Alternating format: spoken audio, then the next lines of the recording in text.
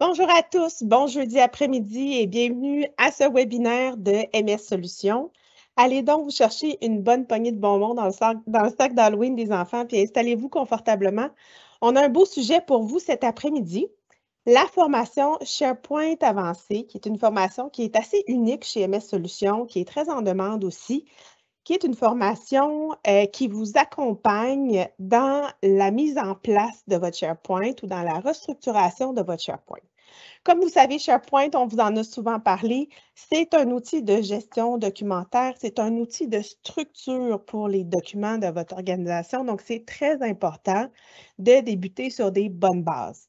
Moi, le SharePoint, ça me fait penser un peu à un garde-manger là, en parallèle. Quand on ouvre la porte du garde-manger, puis c'est le fouillis, on ne sait pas quoi faire, on prend le téléphone, on appelle pour une pizza, c'est moins compliqué. Mais quand tout est bien structuré dans notre garde-manger, ben, c'est pas mal plus facile de s'organiser et de se faire un bon repas.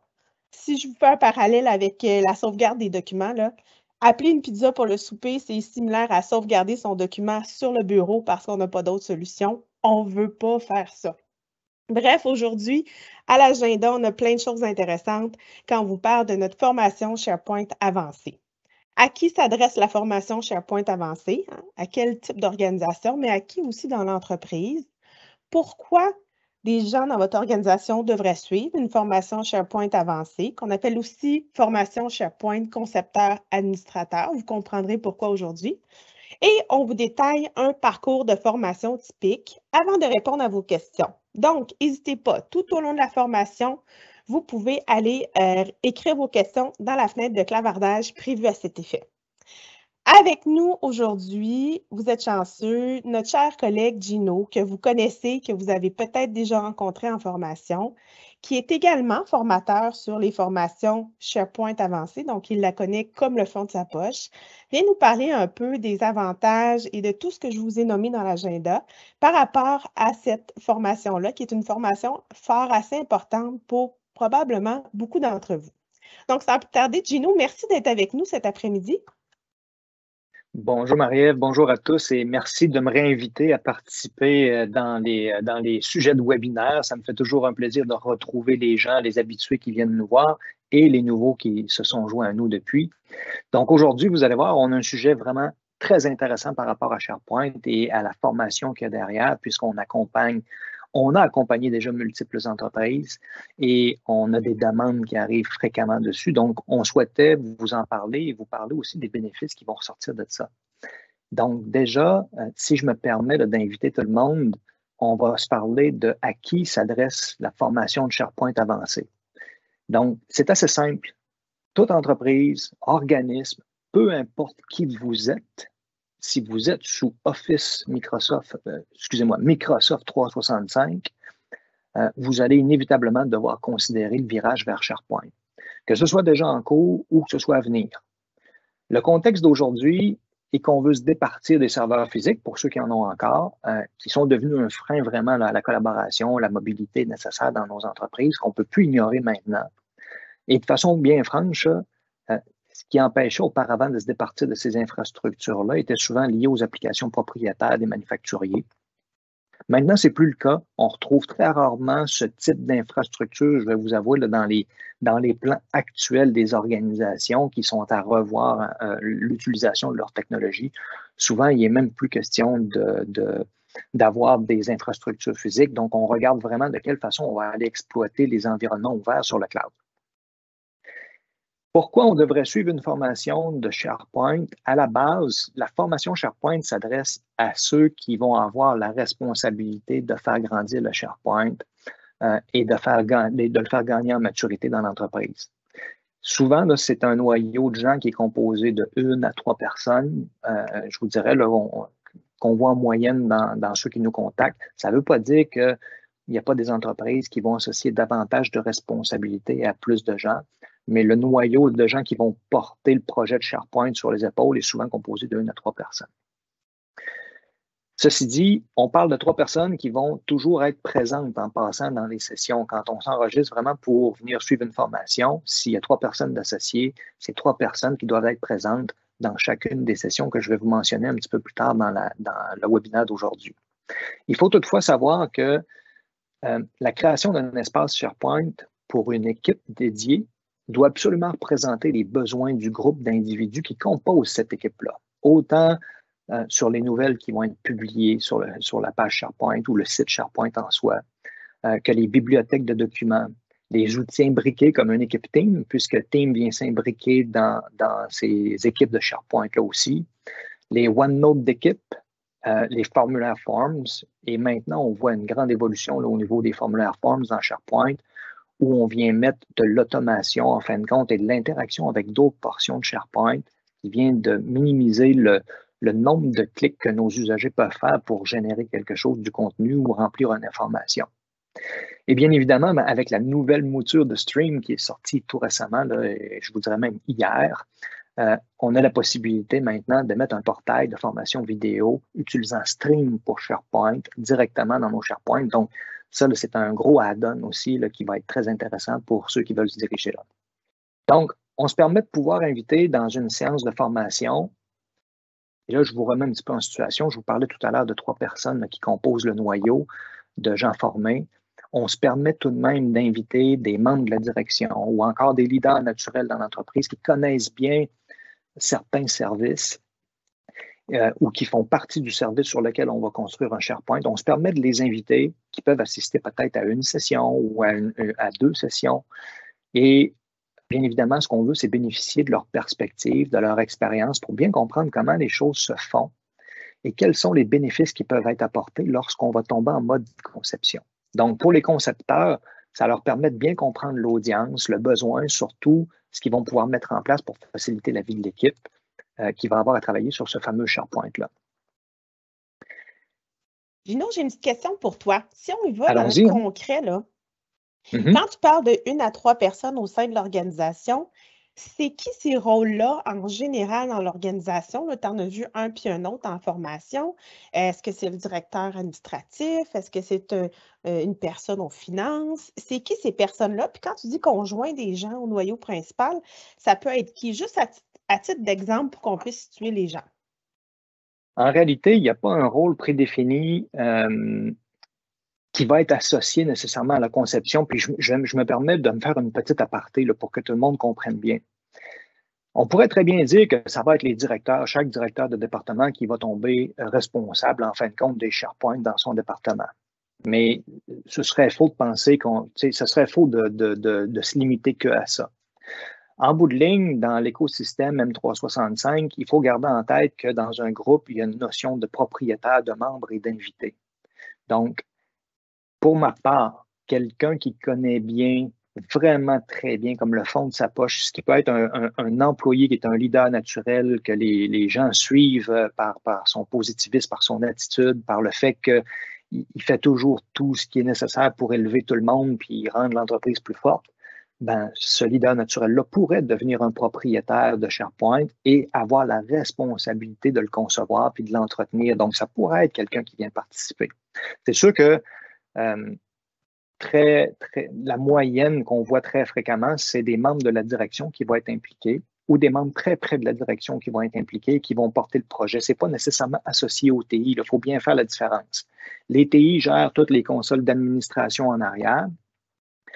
Et maintenant, on a la possibilité de rendre propriétaires et concepteurs des gens qui vont être à un autre niveau de l'entreprise, c'est-à-dire ceux qui ont les 2 mains dans la mécanique de la business du matin au soir là, ou dans l'organisme. Donc, ça, c'est pour nos gens qui peuvent devenir concepteurs et faire partie, en fin de compte, de la formation. Le deuxième volet de ta question était ceux qui sont invités. Peux-tu me rafraîchir ça? Excuse-moi. Oui, donc en fait, tu disais là, que parfois on invite des gens à participer aux séances comme invités sur des sujets spécifiques. Là. Donc, par exemple, ça pourrait être qu'ici, on prend MS Solutions en exemple.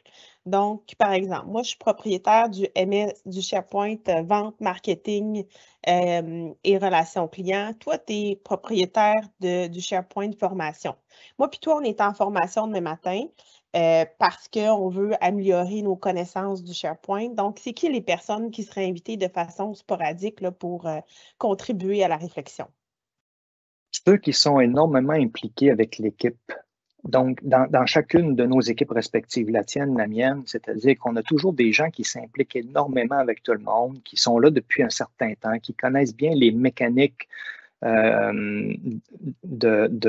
gestion documentaire qu'on peut avoir, de services qu'on met en place, puis d'étapes qu'on répète constamment. Donc, quand on se met en création de SharePoint, et là, on est bien au niveau de brainstorm, on veut que ces gens-là viennent participer pour que souvent, ils viennent nous éclater la mécanique de comment se fait quelque chose dans un département, ce qui nous permet de schématiser et de réfléchir ensemble pour l'équipe de concepteurs sur voici les possibilités pour ramener ces étapes-là dans SharePoint, mais encore mieux que ça, de bonifier ces étapes-là pour réduire le nombre d'étapes nécessaires et peut-être même de réinventer des façons de faire, parce que souvent, ça fait des années qu'on répète des mêmes façons de faire qui nous consomment du temps et de l'énergie pour qu'à un moment donné, quand on s'assoit et on y réfléchit, on se rend compte qu'on n'a plus besoin de faire ça et qu'il y a d'autres choses à notre portée. Donc, l'idée, c'est d'amener ces gens-là qui sont des contributeurs de par leur nature, en fin de compte, hein, qu'ils soient au niveau de la direction ou un employé qui est là et qui participe tout le temps.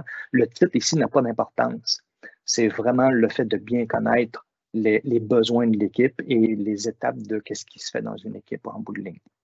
Parfait. Un peu comme des super utilisateurs, si on veut. C'est en plein ça. Parfait. Génial. Donc, si je reviens un petit peu à pourquoi suivre la formation de SharePoint avancée, je vous ramène un petit peu sur un fait. Toutes les entreprises que j'ai croisées, là, au grand complet, ont tous des équipes Team. Et inévitablement, Team repose sur SharePoint. Donc, vous l'utilisez déjà d'un fois sans le savoir, ou vous l'utilisez à 10 de sa capacité. Et on doit apprendre à contrôler cet environnement-là qui est derrière Team. On doit apprendre à le sécuriser. On veut y appliquer de la gouvernance. Et en passant, la gouvernance vient bien au-dessus de tous les produits qui sont impliqués dans l'écosystème M365. Donc, tout ce qu'on peut créer, si on n'a pas réfléchi à la gouvernance, un jour ou l'autre, on va devoir se mettre le nez dedans. Et c'est l'équivalent avec SharePoint aussi. Donc, le rôle des formateurs, c'est pas seulement de vous apprendre le fonctionnement d'un bouton en passant. Il y a beaucoup de formations sur le marché qu'on peut trouver qui nous apprennent que ça, maîtriser l'interface. Aujourd'hui, ce qu'on veut faire, c'est plutôt vous aider à comprendre la symbiose entre les éléments de l'écosystème M365. De quelle façon tous ces éléments-là sont interconnectés et quand je fais une action, quelles vont être les répercussions de cette action-là, de un, avec les équipes connexes à côté et les produits qui sont impliqués en arrière-plan. Donc, la relation avec les applications connexes est importante. La naissance de la gouvernance est importante aussi. Et de comprendre la profondeur de la sécurité, puisqu'il y a plusieurs niveaux de sécurité qui viennent s'appliquer à l'intérieur de ça. Et ça va être important de bien la réfléchir pour éviter justement qu'on se ramasse soit avec des fuites internes, interdépartements de documents, ou encore de worst case scénario, avoir donné des accès externes sans s'en être rendu compte. Donc, pour y arriver, on a mis en place un parcours qui tient compte de ces éléments-là et qui va bien informer les gens. Parlant de parcours typique en passant, dans la prochaine section, c'est ce qu'on va prendre le temps de regarder ensemble. Et je vous invite à me suivre puisqu'on a simplifié ce parcours-là un peu en 5 étapes. Donc, ce qui est représenté ici en passant, ce n'est pas l'ordre des sessions, mais plutôt les liaisons entre les sessions. La formation se donne en 5 sessions qui sont normalement distancées d'1 semaine à 2 semaines maximum, dépendant des devoirs qui vont être accomplis pendant ces sessions-là, puisque les usagers, il faut juste garder en tête là, que ces usagers-là qui suivent la formation avec nous portent la responsabilité du livrable. Nous, on donne tout le nécessaire à ces gens-là pour bien comprendre le système, pour bien comprendre leurs entreprises et aider à schématiser tout ça, et on les accompagne à créer ça. Donc, ils vont porter le projet sur les épaules, sur le livrable aussi. Donc, ils vont avoir des devoirs à faire. Brièvement, on aborde les sessions dans un ordre bien précis pour faire évoluer, en fin de compte, la compréhension des apprenants jusqu'à la modélisation du SharePoint. Et pour ce faire, on va passer par des étapes suivantes. 1, comprendre SharePoint moderne. C'est quoi aujourd'hui? Par rapport peut-être à SharePoint classique, puisqu'il y a des entreprises, des fois, qui ont des SharePoint classiques.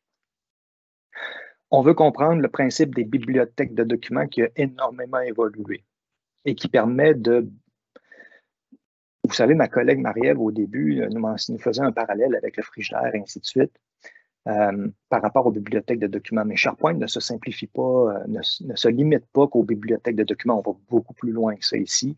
Et même en date d'aujourd'hui, les bibliothèques de documents offrent beaucoup plus d'options que ce qu'on pouvait avoir auparavant. Donc, dans les étapes qu'on va faire, on va s'assurer de bien comprendre cette portion-là.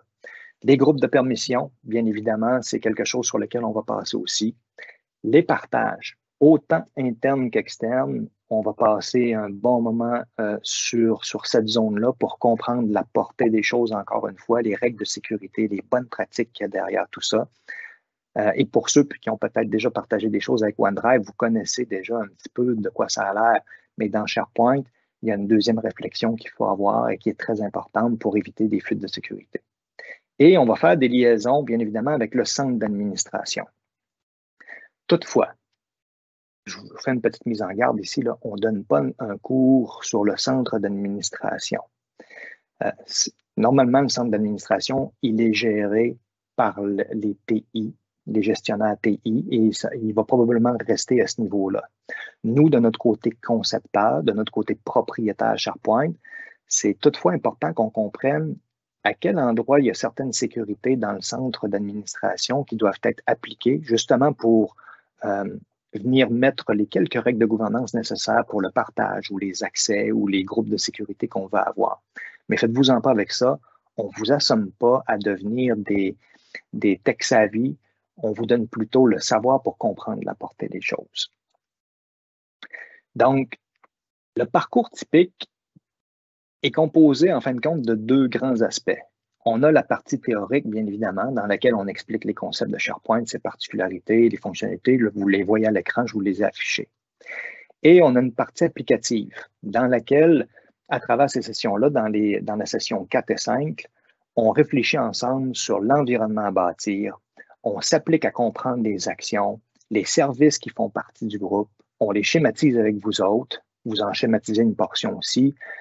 Et on voit de quelle façon on peut maintenant venir bonifier les actions que vous faisiez auparavant pour faciliter l'accessibilité, la collaboration et la sécurité de votre environnement.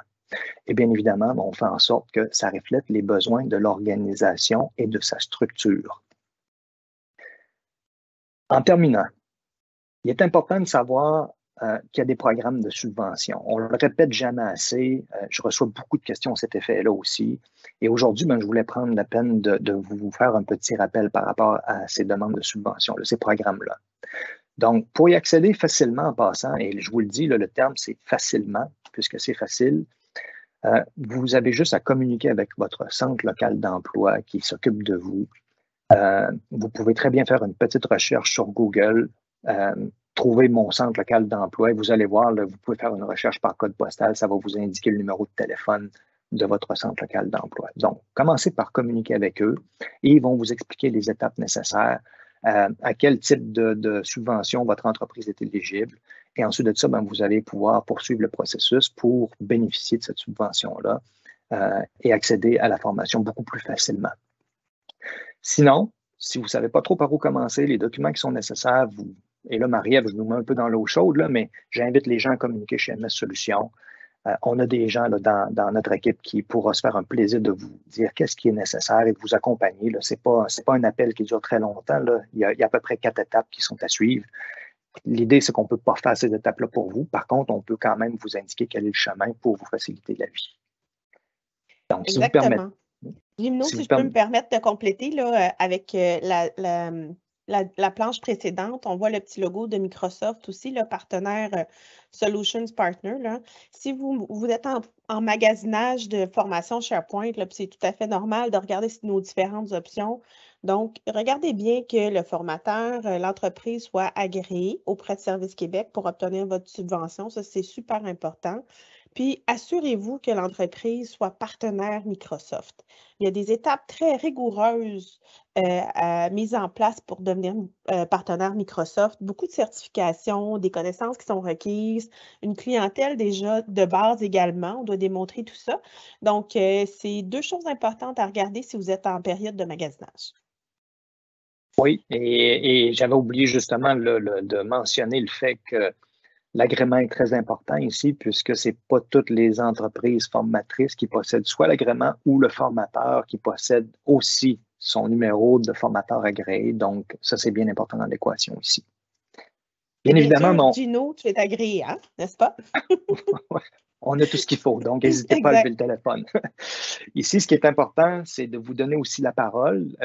Normalement, on a des questions qui arrivent. Donc, Marie-Ève, je te cède un petit peu la parole parce que c'est toi qui vois rentrer les questions. Est-ce qu'on en a qui nous attendent aujourd'hui? Oui, exactement. On a quelques questions qui commencent à rentrer tranquillement. Donc, première question, on nous demande, est-ce que c'est nous, MS Solutions, qui fait la demande à Service Québec? Je te laisse répondre, Gino. J'aimerais tellement vous dire oui, mais malheureusement, non. Puisque ce n'est pas MS Solutions qui doit obtenir une subvention, on ne peut pas la remplir à la place du client. C'est vraiment vous, en communiquant avec votre centre local d'emploi, ils vont ouvrir un dossier à votre nom avec le nom de la personne ressource de votre entreprise à l'intérieur. Et c'est vous qui allez signer toute la paperasserie qui vient avec aussi. Donc, on ne peut pas légalement appliquer une signature à votre nom comme si c'était nous qui faisions la demande. Donc, ça, c'est bien important là, que ce soit vous qui fassiez cette demande-là. Exactement. Si on continue, on nous demande également, donc, une entreprise qui veut suivre la formation SharePoint que vous présentez aujourd'hui. Est-ce qu'en général, ils partent d'une page blanche, d'un SharePoint vide, ou est-ce qu'ils peuvent partir d'un SharePoint déjà existant pour faire l'idéation, la formation et tout ça? Ça, c'est toute la beauté de la patente, Marie-Ève, et si je peux me permettre, tout le monde. Que vous partiez d'une page blanche ou que vous partiez d'un environnement dans lequel vous aviez peut-être déjà un point de départ, tout est possible. L'idée, c'est quand on se remet à la planche à dessin, on se rend compte souvent que peut-être ce qu'on avait débuté de construire, on va devoir revoir les bases et sa fondation pour s'assurer en fin de compte que là, on va pouvoir le faire grandir correctement parce que très souvent, quand il y a des SharePoints qui existent, on s'aperçoit que ces SharePoints-là proviennent d'une équipe Team. Et à titre de rappel, pour tout le monde, Team nous donne 2 niveaux de sécurité sur le SharePoint, tandis qu'un SharePoint natif peut bénéficier jusqu'à 5 niveaux de sécurité. Donc, quand je vous parle qu'on doit revoir certaines bases, on doit revoir ces piliers-là, en fin de compte, pour s'assurer que l'écosystème qu'on va venir développer en arrière soit solide. Ceci dit, ça ne veut pas dire que ce que vous avez est acheté à la poubelle. Au contraire, vous avez peut-être déjà inclus une bibliothèque qui comporte les bons documents. Vous avez peut-être déjà inclus les bons membres dans l'équipe aussi. Donc, c'est juste pour vous dire qu'on peut partir de ce que vous avez et continuer à créer. C'est juste que quand vous allez arriver à la fin de la formation pour livrer le SharePoint, il va déjà être un peu plus mature. Du côté de ceux qui partent d'une page blanche, ben là, on a la possibilité de dessiner le dessin exactement tel que vous le voulez. Et à la fin de la formation, vous allez avoir livré exactement ce qu'on va avoir dessiné ensemble au niveau du schéma. Donc, gardez en tête qu'à la fin de cette formation-là, le livrable que je vous ai mentionné que les gens qui vont suivre vont nous livrer va être votre premier site SharePoint, un premier site SharePoint fonctionnel dans lequel il y a déjà une équipe qui peut fonctionner à l'intérieur de ça. Génial, merci Gino. On continue avec une autre question. Est-ce que la formation est enregistrée et est-ce qu'il y a du matériel didactique qui est partagé ensuite avec les participants? 2 volets à la réponse. Normalement, la formation n'est pas enregistrée. On va enregistrer peut-être certains passages si pour une raison ou pour une autre, il est arrivé un cas de force majeure, quelqu'un n'a pas pu se présenter à la formation ou a dû quitter pendant la formation, ce qui est rare là, et ce qu'on ne conseille pas, à moins vraiment d'un cas de force majeure. Là, à ce moment-là, je pourrais enregistrer un passage de la formation pour permettre à cet apprenant-là de revoir les passages qui ont manqué et d'être up-to-date pour la prochaine session. Parce que ça, c'est important. On ne veut pas arriver et pénaliser la session d'après à revoir quelque chose qui a déjà été vu et faire en sorte qu'on arrive au bout des 5 sessions et là, on a manqué de temps. Donc, l'enregistrement ne sert qu'à ça. Deuxième chose, pour ce qui est du contenu, c'est vous savez, SharePoint, c'est quelque chose de très intime pour chaque entreprise. Là, j'utilise un terme qui signifie bien, là. Il n'y a pas un SharePoint qui est pareil. Donc, le matériel d'apprentissage et l'approche qui va être faite, même si on a bien structuré les 5 sessions avec une approche pédagogique réfléchie, le contenu qui va venir se mettre à l'intérieur est propre à chacune entreprise. Donc, ce qu'on fournit, c'est on identifie dans les planches de support qu'on utilise pour la formation, on identifie avec les gens qui suivent la formation ce qui est important pour eux autres de pouvoir revoir, pour pouvoir avancer de leur côté. Et bien évidemment, on crée un espace de partage avec eux dans lequel on vient mettre ces planches de support-là qui va leur permettre de reconsulter les éléments nécessaires pour permettre d'avancer et de faire leurs devoirs. Parfait, je pense que c'est très clair, bien expliqué. Gino, on a une autre question de Francis, vraiment une belle question, très pertinente. Francis nous dit, on a déjà un site SharePoint qui a été monté par MS Solutions. J'aimerais en connaître plus sur les fonctions disponibles en tant qu'admin. Est-ce que c'est bien cette formation-ci dont j'aurais besoin? Alors, et là, je vais y aller avec ma compréhension. Donc, si je comprends, c'est nous qui avons monté le SharePoint, ce ne sont pas eux. Et là, on a quelqu'un qui aimerait s'approprier, en fin de compte, ce SharePoint-là, comprendre de quelle façon il peut l'entretenir, le faire évoluer de son côté.